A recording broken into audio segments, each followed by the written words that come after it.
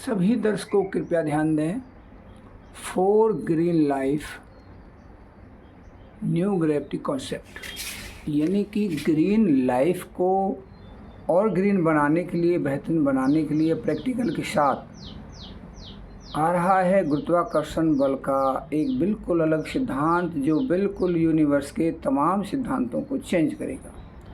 आपको इस पर न्यूटन साहब का लिखा हुआ सूत्र दिख रहा है। देखिए कि पेड़ के नीचे एक सेब गिरा।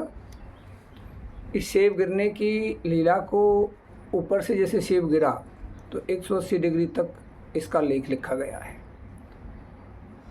सूत्र बनाया गया कि F बराबर Gm1 m2/r² का सिद्धांत, और ऊपर लिख दिया कि एनर्जी नादर क्रिएटेड और be destroyed but it can transfer one form to second form. प्रियजनों, यह इतिहास अध्यात्म जगत का है कि एनर्जी को नष्ट नहीं किया जा सकता। एनर्जी केवल ईश्वर है या फिर आत्मा है, उसको नष्ट नहीं किया जा सकता। वो सुखा नहीं सकता, काट नहीं सकता, गीला नहीं कर सकता। अजर अमर अविनाशी एक आत्मा ही है जो सबसे बड़ी एनर्जी है, लेकिन वो कभी दिखती नहीं है, सूक्ष्म है, वेटलेस है। तो ये इतिहास केवल कर वहाँ का है कि बट डिस्ट्रॉय, ये नष्ट भी नहीं होती। और यहाँ पर फिर लिखा है कि but it can transfer one form to second form, एक देह से दूसरी देह में बदली जाती है। ये अध्यात्म जगत का इतिहास है, लेकिन न्यूटन साहब ने ये इतिहास जो लिखा है, ये इतिहास अधूरा है। F बराबर Gm1 m2/r² के जो सिद्धांत के अनुसार आपको दिख रहा है, इसमें G कांस्टेंट है, m1 ज़मीन है, m2 यानी ऑब्जेक्ट है, r त्रिज्या है। यानी कि ज़मीन से किसी भी चीज़ को उठाते हैं तो उसमें जो दूरी होती है, अर्थ ऑफ गैप, यानी ज़मीन से जो भी चीज़ उठाने गैप होता है उसको r बोलते हैं। m2 वर्क है, ऊपर से किसी चीज़ को गिरेंगे आप गिर जाएगी, लेकिन उठाने में दिक्कत है, यही ग्रेविटेशन फोर्स है।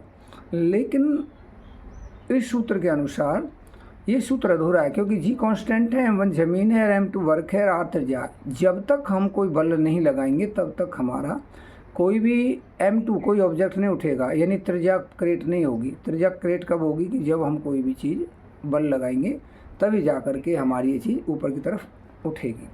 तो आज ये जो हम आपको दिखा रहे हैं, ये क्या है कि ग्रेविटी कॉन्सेप्ट में एक नए इतिहास का दर्शन।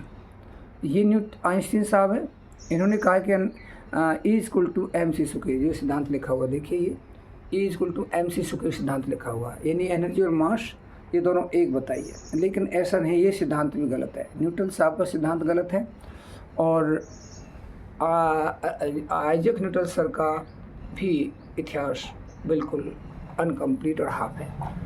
ये देखिए कि आइंस्टीन जी कहते हैं कि एनर्जी और मास दोनों एक होते हैं, लेकिन यह एविडेंस गलत है। अब यहाँ पर थोड़ा सा मैं आपको दिखाने जा रहा हूँ दूसरा पॉइंट। ये दो बैटरियाँ आपको दिखती हैं, सेम बैटरी हैं, सेम इनका रेट, सेम इनका वज़न, सेम डिज़ाइन, ड्राइंग एक ही कंपनी की, एक ही ऊँचाई, सारा कुछ एक है। लेकिन 50 किलो वजन ऊर्जा रहित है, कंपनी से जैसे निकली। लेकिन जैसे हमने इसमें एनर्जी को प्रेस किया तो 2-3-4 घंटे भरने के बाद भी इसका वज़न 50 किलो है। यानी कि खाली बैटरी का भी वज़न 50 किलो और भरने के बाद ही 50 किलो। लेकिन खाली बैटरी से कुछ नहीं चलता, लेकिन भरी बैटरी से सब कुछ चलता है। तो ये क्या है, यानी वज़न नहीं बढ़ा, लेकिन इसमें एनर्जी प्रवेश करती है। तो एनर्जी बिल्कुल बैटरी से अलग है, यानी battery is not current, current is not battery. This evidence is right, but according Newton, according Einstein, E=mc², this evidence is not right. क्योंकि बैटरी कभी एनर्जी नहीं हो सकता और एनर्जी कोई बैटरी हो सकता। हाँ, बैटरी एक यंत्र है जो कि एनर्जी को स्टोर करता है। बैटरी का और मास का, एनर्जी का और मास का कोई रिलेशन आपस में नहीं है। केवल इतना है कि जैसे गिलास में अगर कोई पानी रखें तो पानी का जो वजन होता है वो गिलास में एक्स्ट्रा हो जाता है, वो लिक्विड है। यानी कि वो 5 तत्वों में आता है, अग्नि, वायु, जल, पृथ्वी, आकाश, 5 जड़ तत्व हैं, और चेतन एक ईश्वरीय जो संसार को रचता है।